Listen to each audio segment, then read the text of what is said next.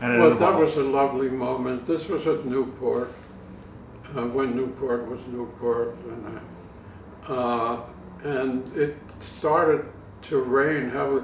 Now, Newport was very lucky as far as weather was concerned. In all the years I went, and I was there from the third to the last.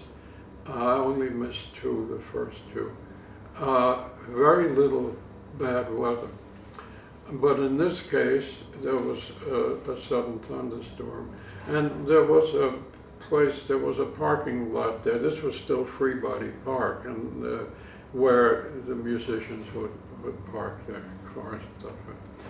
And I was seeking shelter somewhere.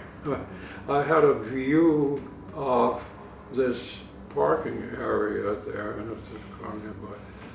And there was a stroke of lightning, and you know, lightning can be, it lasts more than a few seconds. It can illuminate for maybe 5 seconds, 10 seconds. Long enough for me to see that in the car, which was in a position where, I was here and the car it was pretty far away, but not illuminated by this lightning flash. There was Hawk, it was his car, Louis didn't drive, and Louis next to him, the two of them indulging. And it was, it was only lasted a few seconds, but it's embedded in my mind. I told Hawk about it later, and he laughed and said, Hawk told me that when he went, to get the cabaret card in New York, there was this terrible thing that musicians and performers had to go through to go to a police station and get your cabaret card, and you had to get it renewed. Hawk told me, he showed me, I did get hired him at home though. He had a beautiful little leather purse that he kept the stuff in, And he told me, he said he went to a police station, to get his cabaret card renewed, and he had this thing in his pocket, full. That's a we talked about Coleman, didn't we? Yes, we did. Yeah. Extraordinary. Have you ever heard that very few people have? It was issued on a European series of LPs that had all the continental stuff recorded. Yeah. There was a very rare, I may have mentioned this, I probably did, so I'm repeating myself, a Swiss parlophone, which was recorded, Hawk was in Switzerland for a while, but it wasn't recorded in a studio, it was recorded in one of those booths that you had in the department store, But it was a small band, but there was a drum, not a full set of drums, and this was one of the rarest Coleman Hawkins records. I remember there was a collector named Ken Crawford. We had this record at the Institute of Tiger Rag, and Ken offered some fabulous sum for this thing, but of course it wasn't for sale. But there were two, So this one was an original tune, words and music by Coleman Hawkins, and he sings on it. It's Love Cries. Yeah. Yes. Love Cries. Not a brown, not a red, not a beige. Yeah. So I found this after many tries. I found it, and I told Hawk, and he said, "You found it?" And I said, "Yes." He said, "Well, break it." But it's very romantic. Yeah, that's a digression. That and Benny Carter crooning in 1933 quite beautifully on Love You're Not the One for Me. Yeah, well, he made several attempts at singing. There's another one called Swing It, Swing It, yeah. An original. But the one I like best of his vocals is not an original. And it's one of the things that he did in England. He did a whole bunch of things when he was working for the BBC. And it's a standard.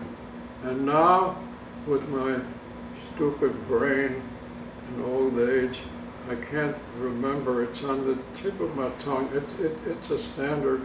It's the one, oh, there's a small hotel. If you can find it, of all Benny's vocals, this is the one for me that really works. That is really good. That's really good. Well, Benny was so versatile. There were so many things he could do. But he liked to sing. And well. Yeah. On pitch. Oh, yeah, absolutely, yeah. absolutely. Let's see. Anybody else you have memories of indulging with? Well, Vic was one, you know, but quite a number over time. Let's see if I remember anything in particular. People who were still around much later, maybe I shouldn't mention that. Oh boy, Judy Singleton. Judy was a big viper. Judy lived at the Alvin Hotel. Yeah. You lived, the Alvin was, several musicians lived there. And that was right across the street from Birdland, but it had been there long before Birdland was. And in a way it was a dump, but it was a clean dump, and it was very well located. And Judy lived with his wife Marge, who was Marge Kreth, who was the sister of Charlie Kreth, who was a great St. Louis trumpet player. And she was a fine pianist. But, and she also smoked. Good. So I will sleep better now knowing this. we had a nice session in the apartment, you know, also listening to some records and stuff. Wild Bill I got high with once, and Eddie. But Eddie was great, you know.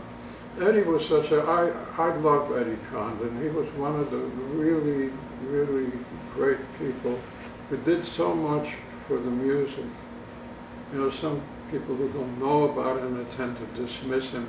They used the word Dixieland, which he hated. That's why he called his book, we called it music. He didn't want any tags. Yeah. But the last time, also, Eddie always had the best. He had the best, said the best shit. And the last time, I'm sorry, does Red Balaban mean anything to you? Certainly. Yeah. Okay, so Red had these sessions at what had been Nick's at one time, and then turned into the Red Garter or something like that. Your father's mustache. Father's mustache. 7th yeah. and 10th Street. Yeah. And we were probably there at the same time in the summer of 1972. There were some great sessions there. You know, one time Al Cohn, Al, to my surprise, knew all the tunes like That's a Plenty, and he knew all the, in this case, Dixieland standards. He knew them all and played the hell out of them. Roswell Rudd at one time was really at his best, but he, you know, he knew all that stuff from Eli's Chosen Five. But it was the first time I ever heard Warren Weshay was when Pee Wee brought him there and introduced him as his most talented student. He was about 15, and he played, and he was already, you know, you could already hear that he was going to be somebody. But what was, oh, Eddie, yes. He was visiting Balaban, who played banjo and sang, unfortunately. And string bass. Yes, but was a great acolyte of Eddie's. Eddie was his idol. Eddie, I was sitting with on this particular occasion, and Red was singing, and Eddie said under his breath to me, "About as melodious as a train wreck." But they had another thing in common. Red was also a big viper. So anyway, at that time, I may have told this story before, but Big Chief Moore was in the band, and I was sitting with Eddie, and Chief came over and he said, "Eddie, I haven't seen you in a long time. You look wonderful. How do you do it?" And that's when Eddie said, "Total neglect, total neglect." So then came the set break, and Red had his car parked outside. So he said, "Let's go out." And, so we got in the car, the three of us, and lit up. And that was the last time I saw Eddie and Red High together. That was actually the first time I had a lot of messages from Eddie via stuff that musicians in his band, but at one time Nat and I shared what we call the roach, what a roach is. Yes. The roach came from Eddie, but it was bestowed on us by somebody who was in the band, and I forget who. I think it was Eddie Fife, the drummer, Eddie Fife. He was a great guy. Poor Eddie died much too young. And so there was this roach. I thought, what are we going to do with the roach? The roach got us on for quite a while. It was all high quality, very high quality.